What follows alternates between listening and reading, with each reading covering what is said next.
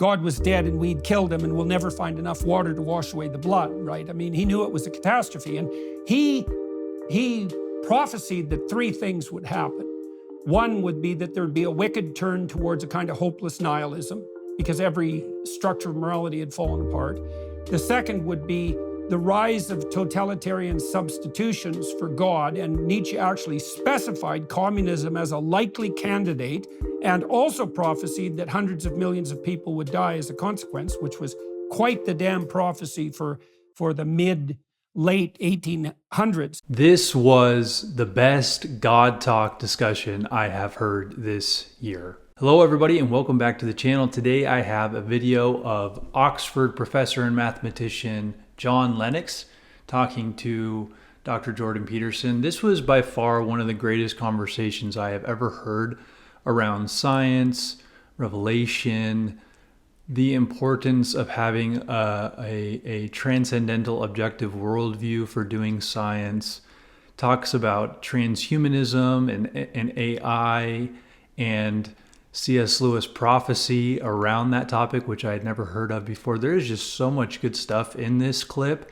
It is by far the best conversation, as I've already stated, about God that I have seen this year and may ever see. John Lennox he's just amazing. So let's watch this video, and then afterwards I will have a few brief comments. Just start by asking you your opinion on some questions that have gone through my mind recently. And there's one that's very specific, I think I'll start with, which is that, you know, I think for a lot of my life, and certainly when I was younger, I really bought the doctrine that there was an unbridgeable gap between the scientific way of looking at the world and the Christian way of looking at the world, let's say. And that split, the apparent split between science and religion was a consequence of an incommensurate dichotomy of worldviews, you know, and that the church had been opposed to scientific progress, at least in part because the scientific viewpoint existed in contradiction to Christian doctrine. But then, especially in recent years, in the last 10 years, I've started to understand that that was something like a French Enlightenment / rationalist propaganda campaign, and that there's the relationship between science and Christianity is much closer than I had imagined. I cottoned on to this a little bit by reading Jung, but that just as the universities developed out of the monastic tradition, the notion that the natural world was intelligible to the inquiring logos, that it had an intrinsic logic, that studying it would be beneficial to man, first of all, that it would be comprehensible and beneficial, and that was actually a kind of moral obligation, that all struck me as like axiomatic statements of faith that were predicated on the Christian tradition, that were the preconditions for the emergence of science. And, you know, I've tried to take that idea apart over the last 3 or 4 years to see if I can find any flaws in it. But I think the evidence that the universities emerged out of the monastic tradition instead of emerging contrary to that, that's absolutely incontrovertible on every grounds you could possibly imagine. And the notion that you need to believe in the intelligibility of the world, the capability of the human logos, and the beneficial consequence of acquiring knowledge. You have to believe in all that to even get the scientific enterprise going. I also think that's incontrovertible, and that those are axioms of faith. And so I don't know if those views are in accordance with your views or what you think about that. So I'd like to hear what you think about that.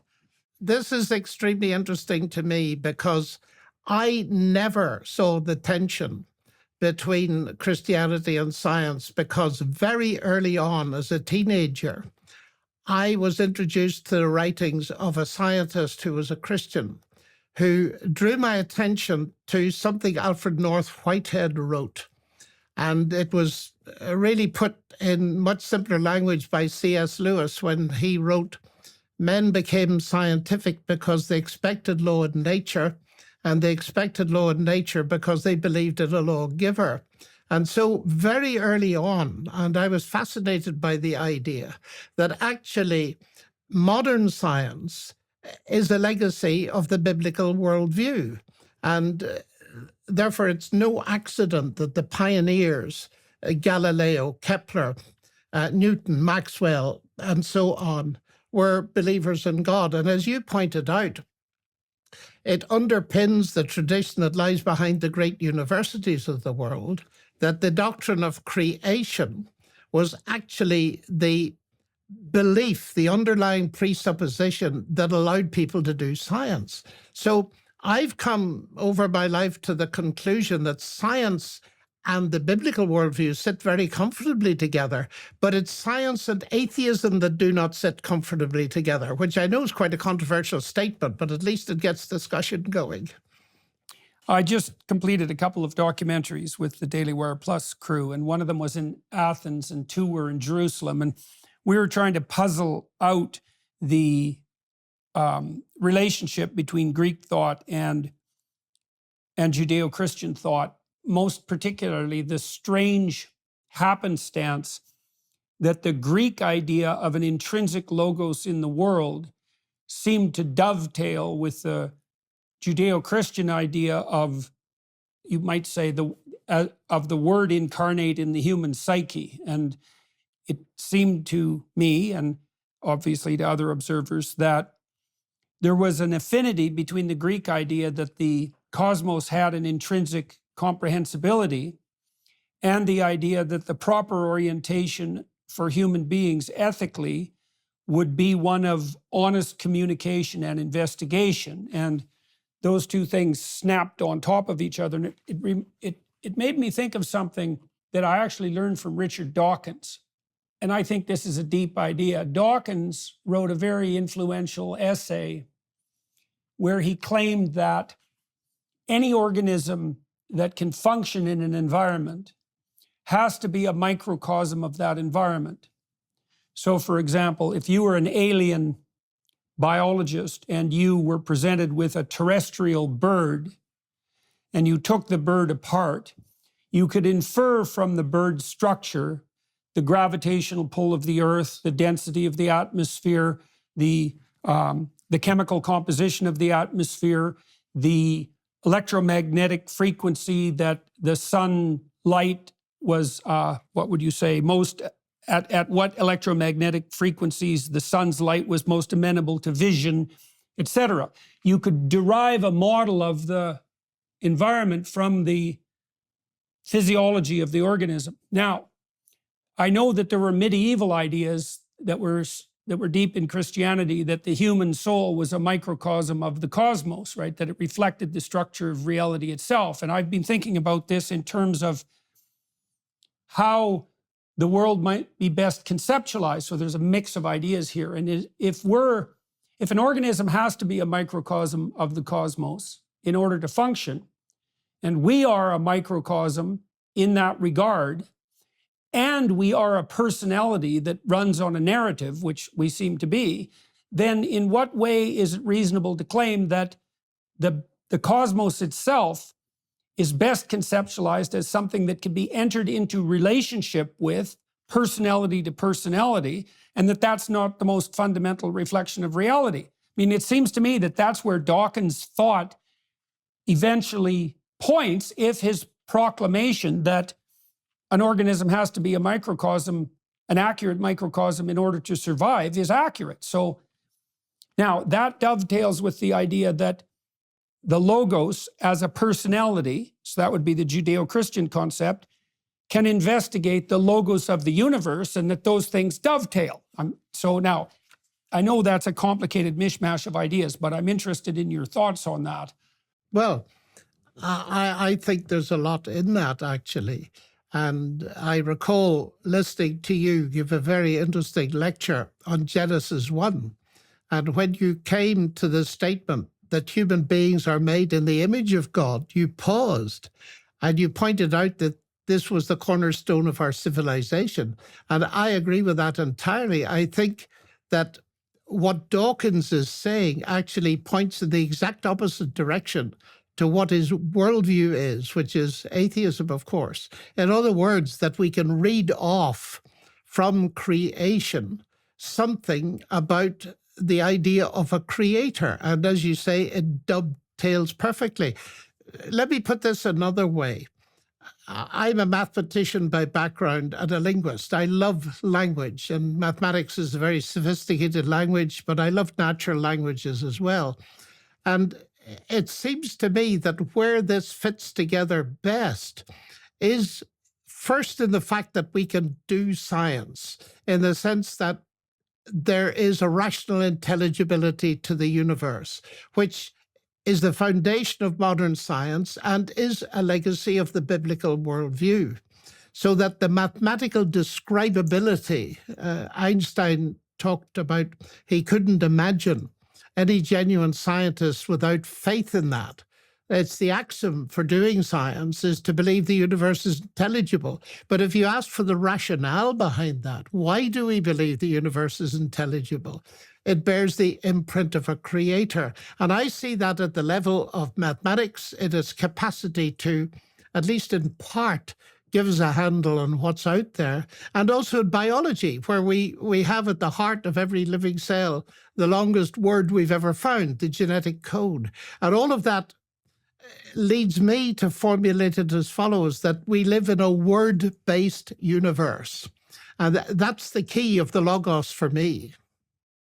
Okay, and so what do you mean in that case? So what do you mean specifically that we live in a word-based universe? What does that mean for you on the broader conceptual landscape? Well, it means that this universe is not simply a product of natural, unguided forces. It is a product of a rational creator, an intelligent creator, and I believe even more than that, a personal creator. Now, how I get there is only in part from a response to the universe as I find it, the point you made about each organism being a microcosm of its environment. It's also, it seems to me that there are two major sources of knowledge. There is, first of all, observing the universe, science, etc. Then there are the humanities, but there's also the concept of revelation, in which I believe. In other words, it's not simply the human quest for the creator, it's the creator revealing himself. So for me, the anchor point in the end is that the Logos became human and we beheld his glory. In other words, we can see exactly what this means in terms of what we can understand. That is the human being in which God encoded himself in Christ. Now, those are big ideas, of course. They're very deep ideas. They need unpacking. But that's essentially where I'm coming from. Okay, so, all right. So let me elaborate in two directions with regards to that. So the first is that, so one of the axioms of faith that's necessary before you embark on the scientific endeavor as an individual or as a culture, which might explain why science emerged in the Judeo-Christian context and no other place, is that the universe is intrinsically intelligible. But there's another axiom too, which is that the honest investigation of that intelligibility will be good. And so there is this insistence in Genesis when God casts order out of chaos and creates the world. After each day of creation, he states explicitly, and it was good. And when he creates man, I believe he says that it is very good. And the reason for that is that not only is there an order, but that the order is, in its deepest sense, beneficial and positive. And the thing is that it's easy and even rational, it might be easy and even rational to take the Frankenstein monster view of the investigation of the world and to say, well, even if the cosmos is intelligible, that doesn't mean that our investigation into it is intrinsically good or that it would bear good fruit. Now, you have to believe that the truth will set you free in order to be a scientist, because if you believed that the truth had no bearing on human flourishing, let's say, then the whole enterprise would be pointless. And if you believed that the investigation of the complexities of material reality would lead us astray, then you'd say that that should be taboo and forbidden. But that isn't what we decided. We decided that the revealed order would be good. And then I'll add one other thing to that, which I think is also axiomatic, which is part of the logos idea in its deepest sense is that we are required to explore, investigate, and communicate about everything as deeply as possible. So the idea, you have this idea in Job that is quite well developed, that no matter what God and the devil throw at you, you're called upon to maintain your equilibrium and your faith in the intrinsic goodness of being. And then that's expanded in the Gospels, because the trials of Christ are the most extreme trials that can be imagined. And I mean that literally. That's partly why the story has such potency, right? It's the worst possible sequence of events that could happen to the least possibly deserving person. And that's an injunction to accept all of the terrible catastrophes of life full on, in the supposition that doing so is the manner in which life most abundant could reveal itself. And if you're a scientist, and the real scientists are like this, and I think Dawkins in this way is a real scientist, is that you're actually committed to the truth, right? You put that above all else. And you wouldn't do that if you didn't believe that the logos of commitment establishes the order that is good. And I don't think you do that without an intrinsic belief that it's something like human beings are made in the image of God. I can't see any escape from that rationale. Nor can I. And it's interesting that when I did the debate with Dawkins at the Oxford Natural History Museum, at the press conference afterwards, we were asked, was there anything that we agreed on? And there was one thing, and that is that truth exists. And this is a crucial thing. It depends that we are committed to the pursuit of truth. Otherwise, as you say, science is absolutely no point. I happen to believe that truth, of course, is not simply propositional truth, but ultimately truth is a person. And that is the very deep claim. I am the way, the truth, and the life. And it's interesting there that Jesus wasn't merely saying, I say true things. This goes much deeper. I am the truth. And if we set up a sequence of questions about anything, what is the truth about the atom? Well, you can split it into elementary particles. What is the truth about those? I believe this claim is so big that it's actually saying that at the end of the backward sequence of questions, Jesus Christ will say, I am the truth. And of course, that resonates with what you were studying in Exodus so interestingly. I am is the fundamental proposition about the nature of God. Right. So that's an existential proposition that has to do with action. Yes. So so when Thomas Kuhn wrote the what was it? His theory of scientific revolution. I can't remember the name of the book exactly at the moment.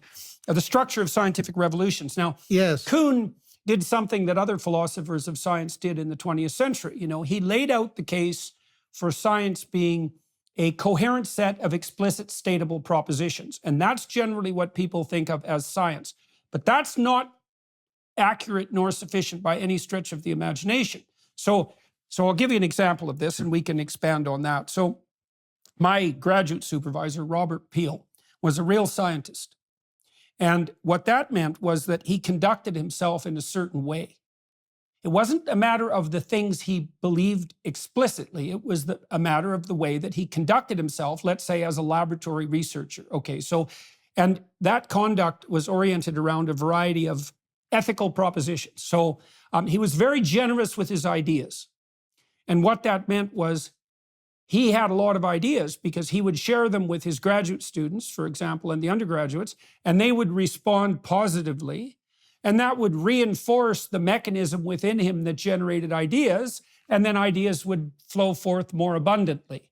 And so that was part of the scientific ethos, to be generous with ideas. And then the next part of that was, if he published his scientific research papers, he was generous in the credit he gave to his graduate student collaborators, generally listing them as the first author and putting himself in the final place, which is a convention among genuine scientists.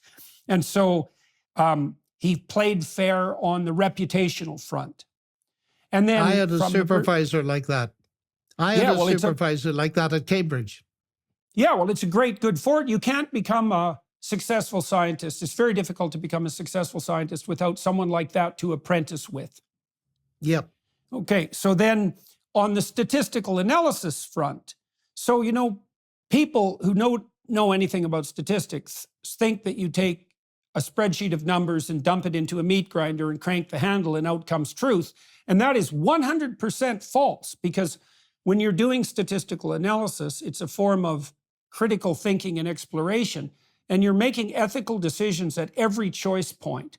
So you have to figure out which data points constitute outliers, because maybe there was a measurement error, for example, while you were sampling that particular behavior. And you have to tilt the statistical investigation to some degree against the outcome that you're hoping for to make sure that you don't fool yourself. And it's saturated with ethical decisions. And then that all has to be nested within the presumption, first of all, the presumption that you should not ever publish false data just to move your career forward. You know, and you might say, well, why the hell not? And also that you are required on ethical grounds to let go of your tyrannical presuppositions if the data reveals that what you're clinging to for your own psychological reasons is wrong.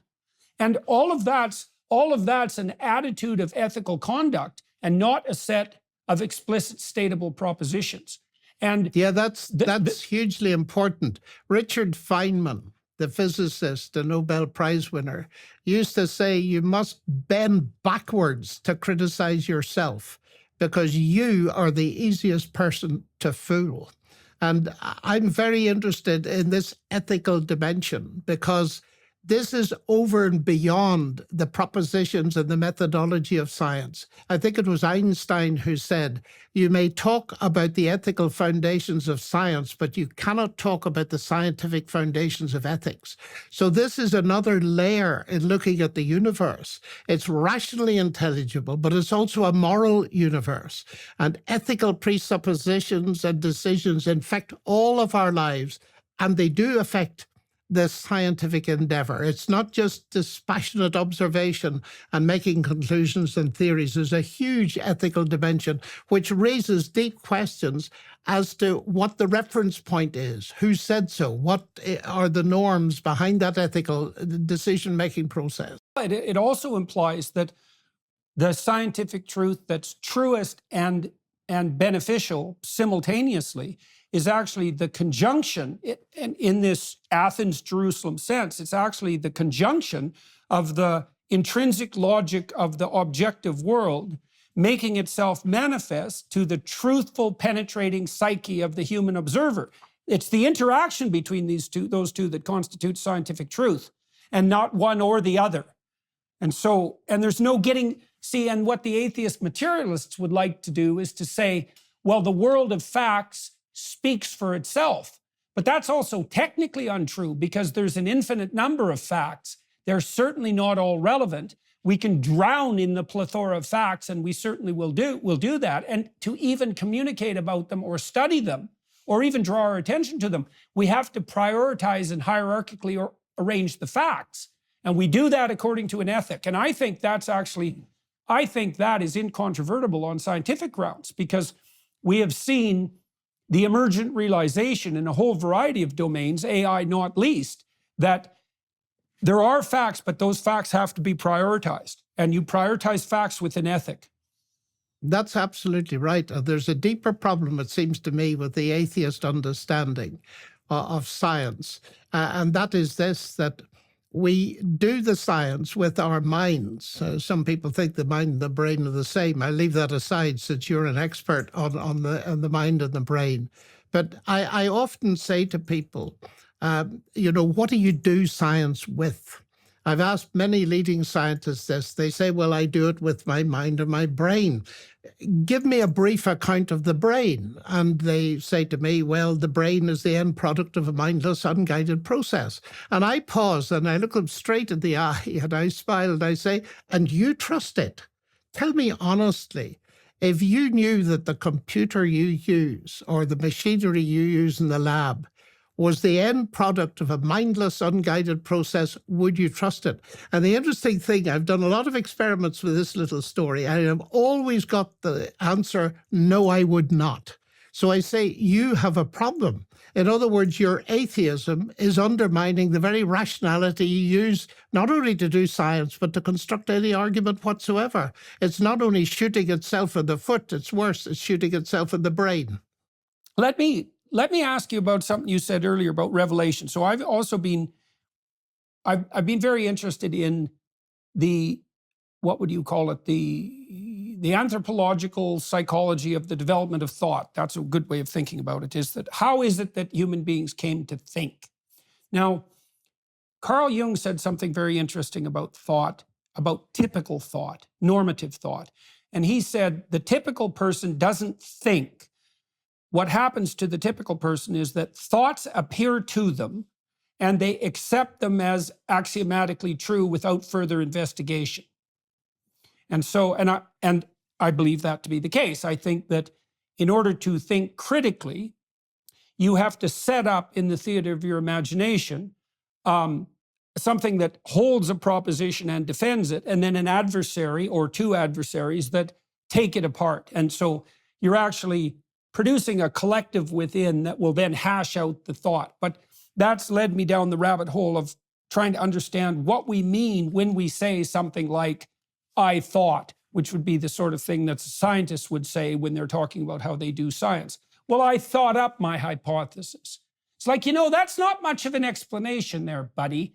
Like, what do you mean you thought it up? Because you didn't know the hypothesis, let's say yesterday, and now you do know it. And so how did you not know it then? And how do you know it now? And how is it that that new idea manifested itself? And the answer is always going to be, well, it came to me. And so that's the crucial thing I want to dive into. So here's how I think the hypothesis generation process works. And scientists very rarely talk about this.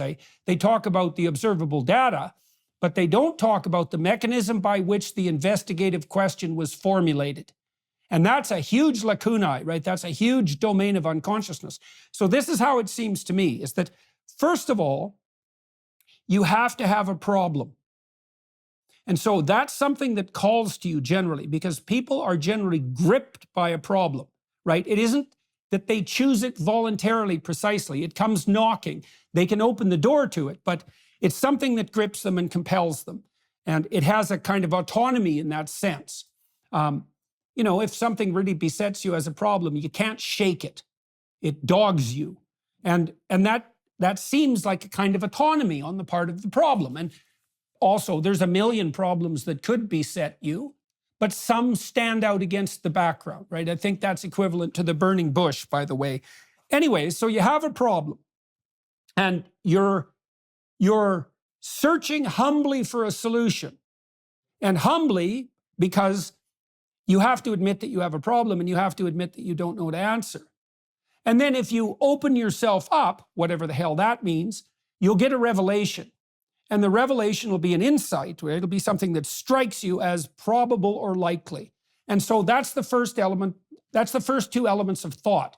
The first element is a felt lack, and that would be an admission of personal insufficiency on some vital front. The next would be the knocking, which is, I would like to know the answer. The next part of the sequence is a revelation, as far as I can tell. And something appears to you, and it springs out of the void for all intents and purposes, and you can say, you thought it up. But you're not saying any more than, it appeared to me. There's no more content in those two descriptive, what would you call, approaches. And then once the revelation makes itself manifest, you can analyze it critically, or you can subject it to further empirical analysis and to the criticism of others. And it's that whole panoply of sequenced processes that make up thought. But there's a revelatory element to that that seems to me to be irreducible. Now, the question is, from where does the revelation spring? I would sympathize with that analysis very, very much. I think thought is a little bit like time.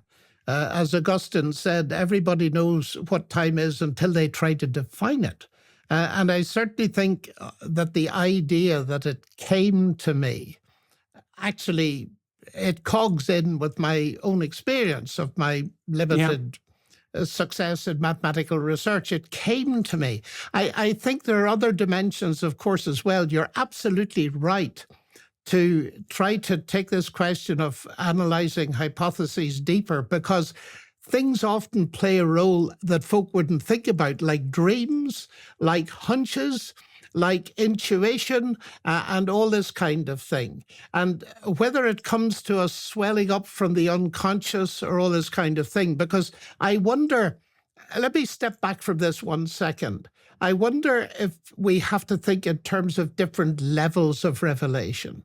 For example, if I want to get to know you and you want to get to know me, it's no use me putting you into a tomography machine and looking at your brain waves.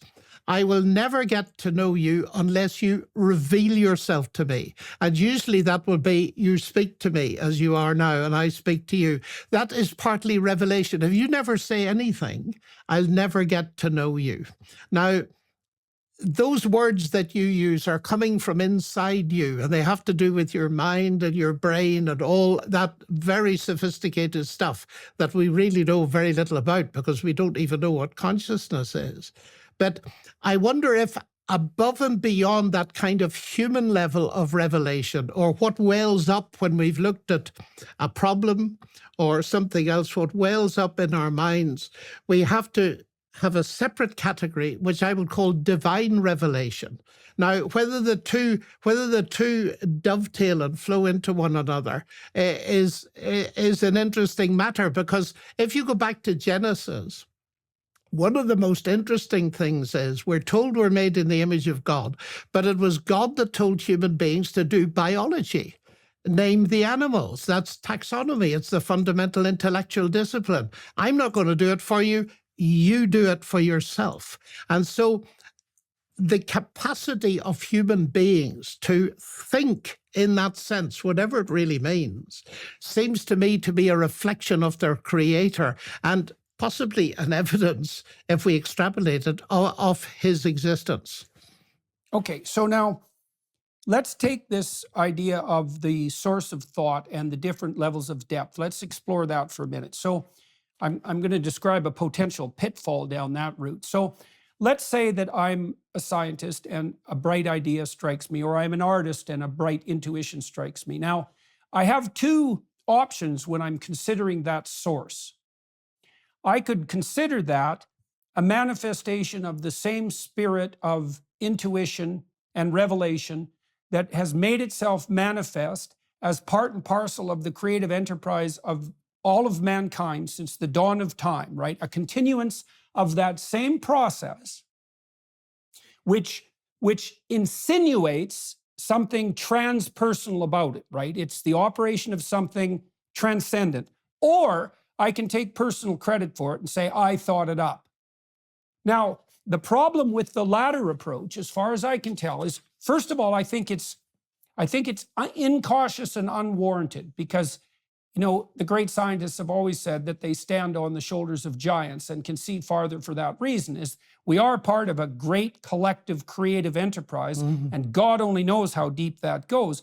But then there's also the terrible threat of self-deification that might otherwise make itself manifest, you know, and I see that emerging in our culture. I see part of what's happening in our culture, a kind of extension of demented Protestantism, where instead of the God that revealed itself to Moses saying, I am what I am, it's the individual person who says, I am what I am. I get to define myself. I'm the source of all wisdom and revelation, my brain, my psyche, my subjectivity, with no humility in that regard. And I actually think that that's a devastating cultural impropriety, because it elevates the subjective intellect to the status of God, and that's a Luciferian crime.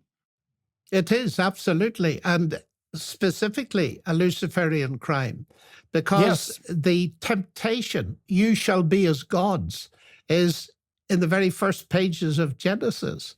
And it fascinates me that the temptation came in a very clever way, giving the impression that God wants to hold you humans down. He doesn't want you to rise to his level. Don't you realize if you go against his word, then you will rise in the hierarchy of being, and you will be as gods, knowing good and evil. And what fascinates me about that, Dr. Peterson, is this. In the first section of Genesis, you have God's word creating the universe, and God said, and God said, and God said. In the second part, you have God's word in a prohibition defining morality. And the first humans are encouraged to go against it by being promised godhood and the knowledge of good and evil. Not knowledge, of course. God wanted them to have lots of knowledge. It was the knowledge of good and evil that nobody wants. And what I see in current society, and I very much applaud your stance on this, because it seems to me that the whole Homo Deus phenomenon, as, for example, illustrated in the book by Yuval Noah Harari on artificial intelligence, this idea of transhumanism, that actually we should go for this and turn human beings into gods, seems to me to be incredibly dangerous. And it's the height of pride, arrogance, and it is very destructive. Okay, so in the late 1800s, when Nietzsche observed that God was dead, it was a very complex observation, because people like to think of that as a triumphalist proclamation by this emancipatory philosopher. And that wasn't the case at all, because Nietzsche basically said that God was dead and we'd killed him and we'll never find enough water to wash away the blood, right? I mean, he knew it was a catastrophe. And he prophesied that three things would happen. One would be that there'd be a wicked turn towards a kind of hopeless nihilism, because every structure of morality had fallen apart. The second would be the rise of totalitarian substitutions for God, and Nietzsche actually specified communism as a likely candidate, and also prophesied that hundreds of millions of people would die as a consequence, which was quite the damn prophecy for the mid-late 1800s. And then he also said, but the alternative is that we could create our own values. And that was the route that Nietzsche saw as the way out. Now, there's a couple of problems with that, and technical problems, you might say. One is, well, we don't live very long, and it isn't obvious that any of us singly is wise enough to create our own values. The second problem is, as the psychoanalysts pointed out very quickly, it isn't obvious at all that we're masters in our own houses, because even if you only look at the spiritual realm as equivalent to something like the unconscious, we're all haunted beings. And we can't necessarily trust our judgment. And the third problem, there's four. The third problem is that, well, who do you mean by the we that will create our own values? Like, which aspect of the psyche is now going to create value? Nietzsche said himself that each drive tends to philosophize in its own spirit. And so in order for us to create our own values in some sort of transcendent sense, you have to hypothesize the hierarchical integration of the psyche towards some superordinate end, and that speaking in some voice. And it isn't obvious to me at all that that would be a subjective voice. I think it would be akin. So what happens with Moses is, when he investigates the burning bush, he goes deeper and deeper into the investigation. And the first thing that happens is, well, his attention is attracted. The second thing is that he starts to notice that he's treading on sacred ground, right? Because he's getting deep into the phenomenon. And the third thing that happens is that, and this is relevant to your notion of levels of revelation, is that the voice of being itself speaks to him, right? The eternal, transcendent voice of being. And Moses is smart enough, he's wise enough to know that that's not him, right? It's something above and beyond him. And he doesn't take credit for it. And that's partly why he never turns into a pharaoh in the desert, right? He separates himself from the source of sovereignty as such. And I don't see how that can be done in the rationalist, atheist, materialist realm of conceptualization. You fall Well, into nor that do I. subjectivist trap. Okay. Nor do I. And I think Nietzsche, in that sense, was a kind of prophet. And we're seeing the damage done. You know, ever since I was very young, I was fascinated by the polar opposite of my Christian heritage. And that has led me to spend quite a lot of time in Russia. And I've talked about these kind of things to Russian friends, many of whom suffered in the Gulag. And I remember one conversation with a leading academician, and he said to me, he said, you know, John, he said, we thought we could get rid of God and retain a value for human beings. And we woke up too late to realize that it cannot be done. And it was Nietzsche that said, if you destroy God, you lose all right to the kind of values that we accept, in a sense, deep down in our Judeo-Christian culture. And what is so interesting about Moses, and I loved your discussion about that, is that he came face to face not only with the concept of transcendence, but transcendence itself. And he was brought into the presence of the very glory of God. And you were discussing in your round table how in Hebrew, kavod, glory is associated with weight. And that leads me to think, relevant to what you've just said, about C.S. Lewis. I'm old enough to have listened to C.S. Lewis, by the way, when I was younger.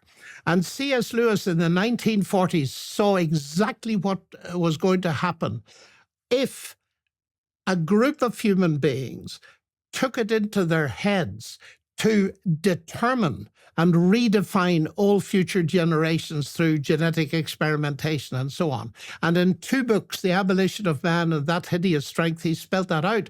And he made the point that if that happens, it is not going to liberate human beings. In fact, it's going to abolish them. Because what will be created by, say, playing around with the germline is not human beings, but artifacts. And so he writes, the final triumph of humanity, scientists, will be the abolition of man. And it's that I fear is really permeating our culture. I mean, the Caesars in Rome and the Babylonian emperors who thought of themselves as gods looks pretty trivial stuff compared with this insidious teaching that's around in particularly the Western world today, that we are actually all gods and we ought to rise to this. And the only way to rise to it is to reject the transcendent completely. There is nothing above us. All right, so as I said in the beginning of the video, this is one of the best conversations that I've ever heard around the topic of science and God and the like. I just want to pinpoint one specific thing that as a Christian, I don't know if you caught it or not, and I want to highlight it because I think it's important for, just discussions, apologetic discussions and the like. But notice what John Lennox was doing with Revelation. He was trying to get Jordan Peterson to see the importance of divine revelation. So they talk about Logos, they talk about all those different things. But in the end, what John Lennox is ultimately wanting Jordan Peterson to see is that truth isn't a proposition, but a person. And this person has spoken and revealed himself to us. And that is how we know anything to begin with. John Lennox is probably the best apologist at bringing this to bear. I would love to converse with him and talk about, his specific views on the theological doctrine of the Bible, on Revelation, and how he specifically sees that. What I think this ultimately shows is that he's really good at getting the apologetic arguments of talking about God in kind of a very, very, ambiguous or philosophical and propositional way to getting down to the root issue of worship and worshiping God, the triune person. And so I just loved this conversation. It was so good. And I took that apologetic nugget and it reminded me of how important it is to make sure that we're not staying in the philosophical and getting to the personal, that being to the personal needs of the person we're talking to, but also getting people to see the personal nature of the revelation that God has provided. And therefore we actually have truth and we can know it in the gospel and in Jesus Christ. So that's all I have for this video. Please be sure to like and subscribe to this channel and Did I say like this video? Yeah, please like this video, and I will see you in the next one. Peace.